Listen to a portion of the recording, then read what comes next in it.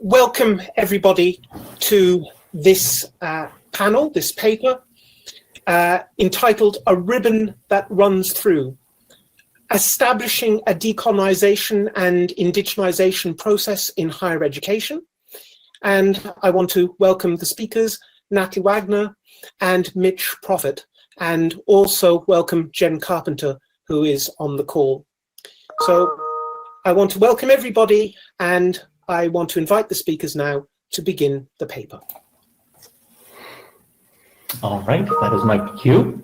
So hello everyone, my name is Mitch Profit, and I'm beyond excited for the opportunity to present this work entitled A Ribbon That Runs Through, Establishing a Decolonization and Indigenization Process in Higher Education on behalf of all of us. All contributors to the project are either from the Office of Professional Development and Educational Scholarship, the Center for Teaching and Learning, and the Bachelor of Health Sciences program at Queen's University. On behalf of all contributors, we'd like to acknowledge that Queen's University is situated on the traditional Anishinaabe and Haudenosaunee territories. We are both incredibly fortunate and to be able to live, work, and play on these lands, and these lands served as many points of inspiration for what we will be discussing later on. Let me know if these slides progress okay, or if I cut out or anything like that. So, all right. So before we get into the kind of nitty gritty, we kind of wanted to highlight that there has been a renewed focus at many of our Canadian institutions for higher education to critically evaluate courses and to decolonize and indigenize course content and delivery. So what exactly do we mean when we say we're decolonizing and indigenizing things? So decolonization is the continual process where colonial structures and elements are divested and removed from society and education. So in academia, we can consider decolonization free to include elements of transformation in areas including modes of knowing, being, and relating to counteracting the systematic processes that seek to eradicate. And on the other hand, indigenization is a more tailored and collaborative process that includes the addition of Indigenous voices, content, and ways of knowing and teaching into the curricula.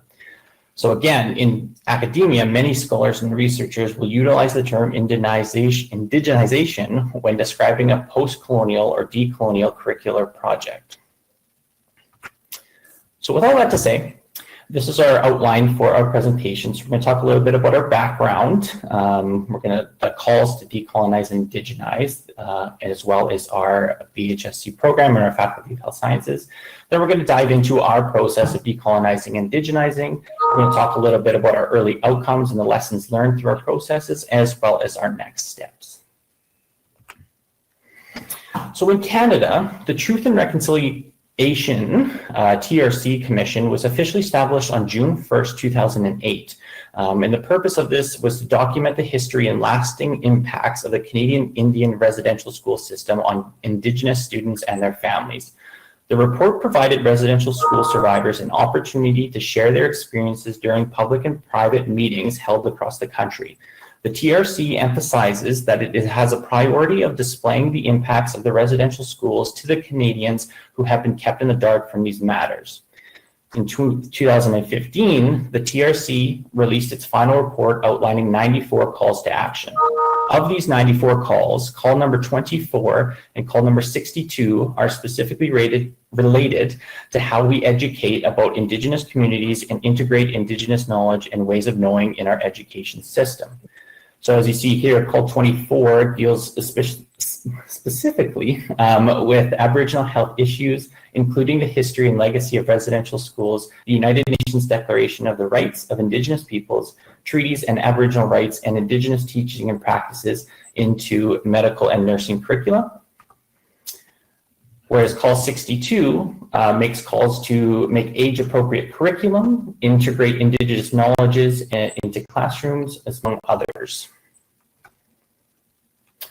So while the TRC promoted discussions of decolonization and indigenization in higher education, the TRC report was not the first time that large-scale calls for decolonization and justice for Indigenous peoples in their context of education have been made. So earlier calls to action can be found in the Royal Commission on Aboriginal Peoples from 1996, as well as the United Nations Declaration of the Rights of Indigenous Peoples, which came out in 2007. It's fair to say that this change is long overdue. So indeed, when we look around Canada, some Canadian institutions have been working to implement various changes in response to the calls to action. These changes have been both small scale and large changes, including creating university-wide land acknowledgements, establishing Indigenous student support centers, partnering with local Indigenous communities, hiring Indigenous faculty and staff, including resident elders and knowledge keepers, decolonizing specific university courses, and even so far as to requiring courses on Indigenous knowledge in degree programs. But despite these changes and a desire or an intention to implement changes, many educators still feel as though there remains a lack of information on how to engage in decolonization and indigenization in a meaningful, respectful, and authentic way, particularly as it relates to curricular and course design. Thus, our initial goal was to embark on a journey to decolonize and indigenize an undergraduate course through a full-scale course redesign. The presentation will review how we did that, and ultimately that it led us to want to create a decolonization and indigenization process that could be applicable to all courses. Mitch, I'm so sorry to interrupt. I think your slides are stalled a bit. You can keep going, but we're stuck on the long overdue change slide. Oh. Or at least I am. I'm not sure if other people are as well. Maybe it'll catch up. I don't know how to mitigate that problem. Hopefully it'll catch up. Keep flying along then. We'll hopefully it catches up. You're doing great. Okay.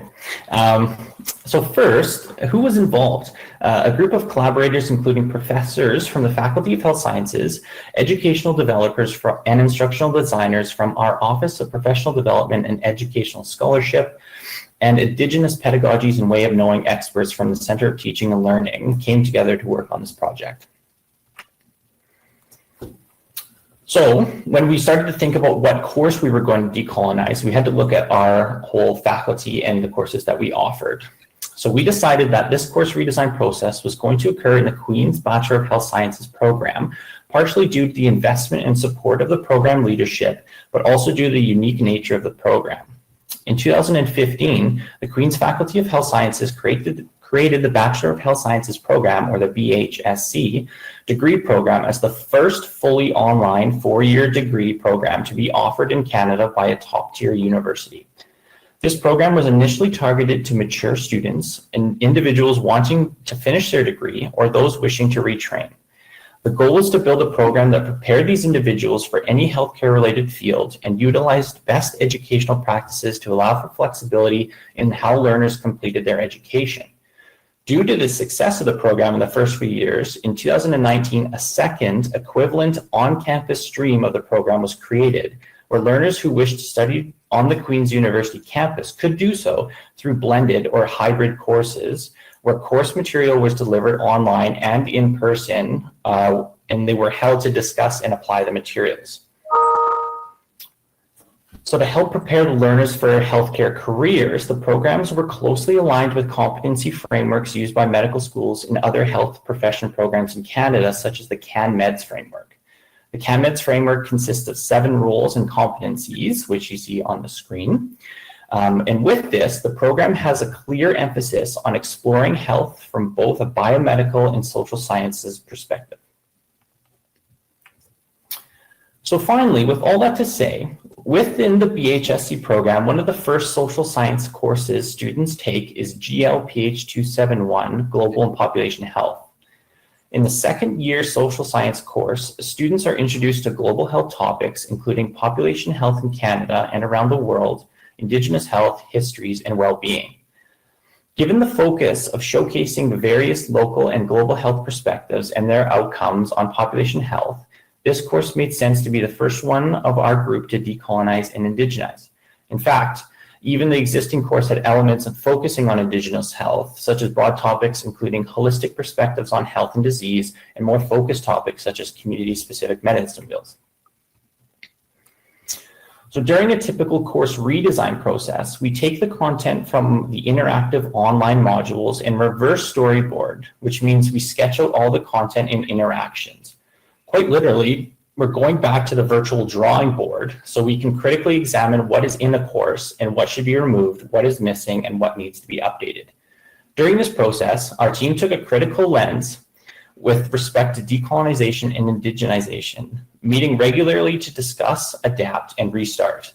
At the end of the course redesign process, we documented the 7-step process we went through and gathered experiences and recommendations from all members of the team to inform the decolonization and indigenization efforts in other courses.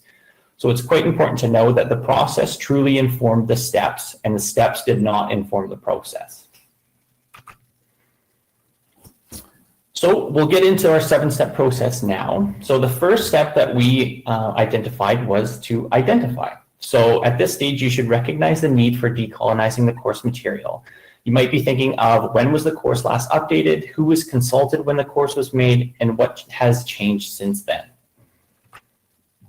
Our second step would be to strategize. So after identifying the need for a revamp, the next step is to figure out the team who will likely take on the project. So you might want to identify the skill sets needed to be successful, consider what educational consults may be available to help, connect with stakeholders from an Indigenous community to help guide the process as well.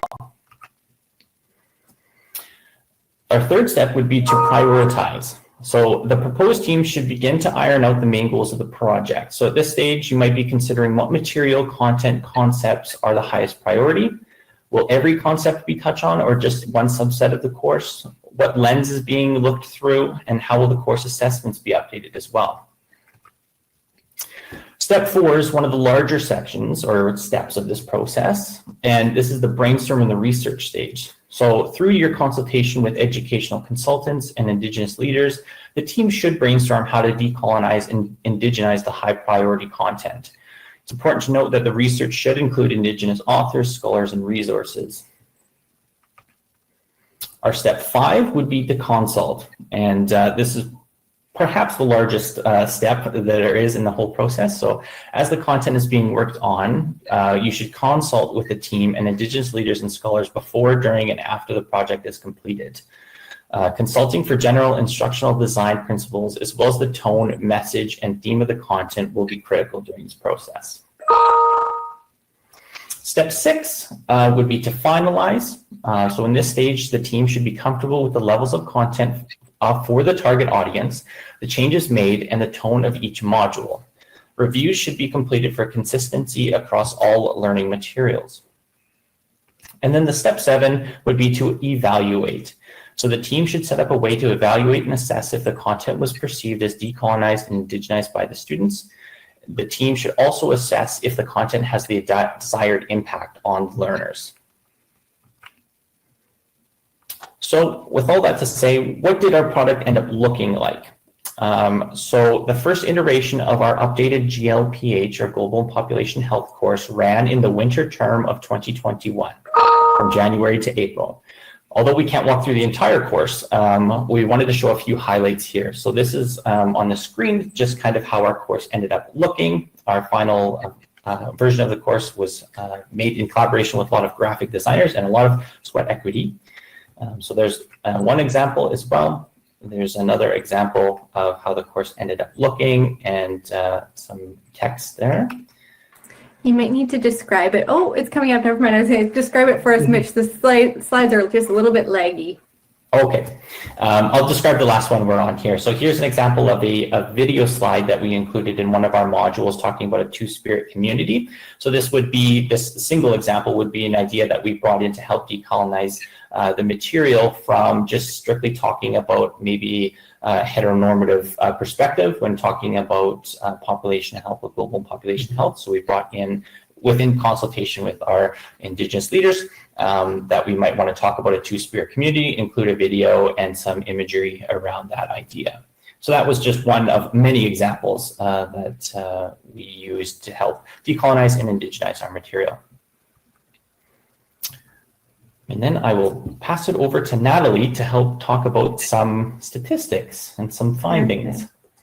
Thank you. So as Mitch mentioned, one of the steps in our process was evaluating the outcomes. So we really wanted to touch base with the students to get their opinions and feedback and hear their voice on what they expected to receive and what they did receive with respect to this new decolonized and indigenized version of the course. So to measure whether this updated course successfully increased students' knowledge and comfort discussing Indigenous health issues, we distributed a number of surveys to the winter 2021 cohort. The surveys contain some questions on self-rated knowledge of Indigenous health issues, comfort discussing Indigenous health, the extent of Indigenous content within the modules, whether they had been exposed to anything like this in the past, whether they felt there were any gaps and any areas for improvement. We received research ethics from our local research ethics board here at Queen's. Surveys were all administered before the course, or I should say at the start of the course, then once again at the end of the term. They were distributed through Qualtrics, an online platform. They were completely voluntary, they were de-identified and had no impact on students standing in the course. In terms of what we found, so there was about 330 students enrolled in the first iterations of this winter 2021 offering of the course. Of that, we had 80 respondents from the pre-survey and about 50 for the post-survey. The demographics of those respondents, so 84% of them were age 17 to 21, which is fairly reflective of those who typically enroll in this course. 27% identified as being part of an equity deserving group. So that included people of low socioeconomic status, those who identified as the 2S LGBTQ plus community, racialized or visible minority groups, and those with persons with a disability or those who are differently abled. Of the respondents, 91% of them were domestic or Canadian students. And in terms of geographic background, it was pretty mixed. So there was about 33% who came from a large urban city. I think 29% from a suburban area, 27% from small urban areas, and 11% from rural areas. If we go to the next slide, so there's self-rated knowledge on Indigenous health issues, and it might take a moment for the slides to pop up, but we asked them to say, okay, can you please rate your knowledge on Indigenous health? And at the beginning of the term, most respondents felt that their knowledge was very limited or limited. So 13% said very limited, 57% said limited, 26% felt knowledgeable, and 4% felt very knowledgeable. After the course, there was a significant right shift in this. So then by the end of the course, 28% felt their knowledge was limited, but 60% felt knowledgeable and 13% felt very knowledgeable. As this was an introduction to some of these topics, we were really happy with this result and knowing that students increased their knowledge, but they also recognized their limits on their knowledge or where their knowledge gaps remained. For the next slide, so with respect to comfort discussing Indigenous health, at the beginning of the course, and you can see depicted in the pink bars, students were fairly spread out in terms of how comfortable they felt discussing Indigenous health. With around 20 to 25%, it varied from somewhat uncomfortable to very comfortable. By the end of the course, we had 56% feeling somewhat comfortable. So again, that large shift towards the right end of the scale. You'll note that 15%, there was a little decline in our very comfortable group at the end. I think with respect to some of the qualitative feedback we received, as people engage in these topics and they recognize everything that they have not encountered before, or as they're learning and unlearning, this can vary a little bit, and sometimes they're uncomfortable discussions, but the process of learning through engaging this course was really valuable. And then moving on, and these might take a moment to pop up, but we did ask students for some qualitative feedback. So with respect, as I mentioned before, to the amount of content, their expectations of the course and what they thought. So 89% of students were really happy, or respondents were happy with the amount of Indigenous content in the module, with one student saying, I was unaware of the extent of Indigenous issues prior to this course. I believe they're a good example to reiterate topics discussed in the course as they're issues that are currently taking place in Canada. It increases the relevance of information and reinforces the need for advocacy. This was really highlighted in a number of quotes, but in addition to this positive feedback we received, there was also a few students who said that they wish that this Indigenous content was actually represented more so in the assessments. Or there were calls for making this an entirely separate course, recognizing the importance of the topic area. They wish that a whole course could be designed on this specifically. So I will pass it back over to Mitch with respect to some of our team's reflections on the process itself. Awesome. Thank you, Natalie. So as a team, we reflected on the many challenges throughout the decolonization process, but we had some pretty similar main themes come out of it. Those being that our team was often hesitant because we're not experts in this area. We noted that it takes time as well. This process takes a lot of time, so it's important not to rush. It's important to also be open and willing to learn during this process. And it's also important to conduct careful research when finding content and images and that sort of thing to include in our modules. And then be cognizant that you are not unintentionally amplifying negative stereotypes about marginalized communities, and make sure that you're ensuring positive and negative examples. Additionally, it's also important to recognize when you need extra help and to ask questions, either informed questions after you've done a little bit of research, or starting point questions, asking questions where you don't even know where to go to start. It's also important to be as inclusive as possible with an example. In the same way, in universal design for learning is beneficial for all learners, so are inclusive examples. So have an EDIIA lens and be mindful of inclusive language and terminology, pronouns, gendered names, and images. You want all learners to be able to relate to the material. And then lastly, acknowledge that there's always more to learn. This is an iterative process of learning and unlearning and doing and redoing.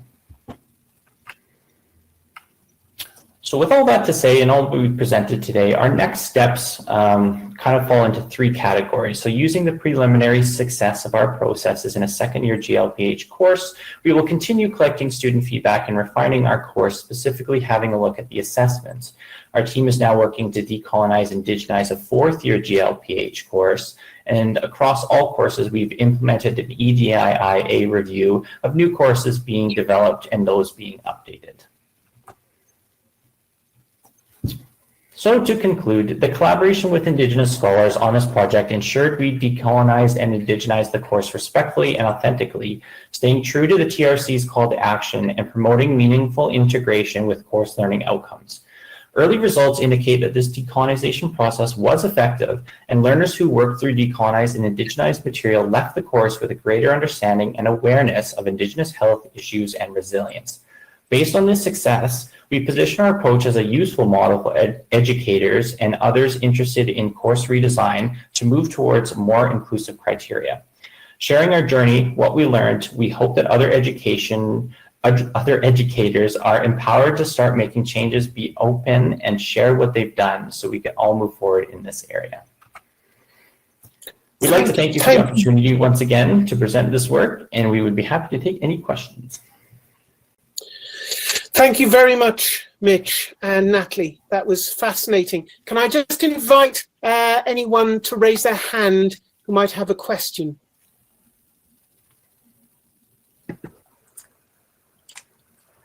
Before we jump into the questions, I wanted to highlight as well as Jen Carpenter, who is a lead faculty member on this project. We also have Lindsay Brandt, who's an education developer with the Center for Teaching and Learning, and she's our Indigenous expert on this project. So she's here in the audience as well, and I wanted to make sure that we acknowledge that. But sorry to interrupt. Go ahead with those questions. No problem. So Melissa, I've just sent an unmute request. So hopefully you can. Would you like to? Yeah, can you hear me? Yes, we can. Hi, thank you so much for that presentation. This is so interesting. I was wondering if you got a sense of what were the students uncomfortable about? Like, to me, that's quite general. Like, what was that source of discomfort? Did that come out in some of your qualitative analysis? Yeah, sure. I think we haven't done a really in-depth qualitative analysis yet, so we have these beautiful written reflections collected in the survey from some of the students, and that's one of the next steps that we'll take as a group, particularly looking at some of the reflections that they did in the course and through the survey with respect to social determinants of health and factors that impact health equity, and looking at how their reflections on just the generally speaking social determinants of health, but particularly with respect to Indigenous health, changed over the term. And I'm hoping that might be able to shed some light on your comment about the what was uncomfortable about it, because I think that's a really important point. So thank you. Maybe stay tuned. I don't have more of an answer quite yet. Thank you very much. And just one more question. Would anybody like to ask one more question?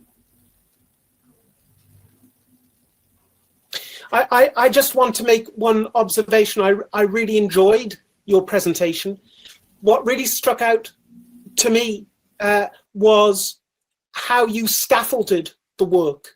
And I think you highlighted for me beautifully the importance of scaffolding. Do you think that the students appreciated how the scaffolding helped them? You use the word both learn and unlearn.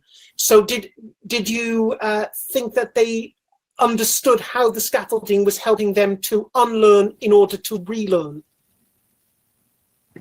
That's a great question, and I think Mitch, you popped in and out momentarily, so I'll repeat part of the question for you in case you want to comment. But in terms of how we scaffolded the course and the course design process, and how we integrated some of the Indigenous content, James put forth a question of, do we think that students recognized how the course was designed in terms of the learning and unlearning? Are they kind of aware of that process? I don't know, Mitch, you have a comment, or perhaps if Jen, I know Jen is having mic problems, but Jen, as the instructor of this course, might have interacted with the students more directly, so could probably comment on some of their reflections. See, I don't know if Jen can unmute or try to. I'll try, but you told me I sound like Darth Vader. No, you sound better. You sound great. So basically, whether they were aware, I got the sense just from the people that I spoke to that some were and some weren't. I think possibly the ones who actually answered the surveys would have been aware because of the questions we asked, but I didn't get the sense. I got the sense from the majority of the students that they just really loved the course and they loved learning about Indigenous health and really having their eyes opened, but didn't realize that we kind of did that on purpose. Thank you very much. And this has just been a terrific, we've got the timing beautifully here. So I just want to thank you, and I want to encourage other people to attend more of the sessions. And I want to thank you very much for presenting your findings this evening. And good luck to you. Bye-bye. Goodbye. Thank you, everyone, for coming. Thank you.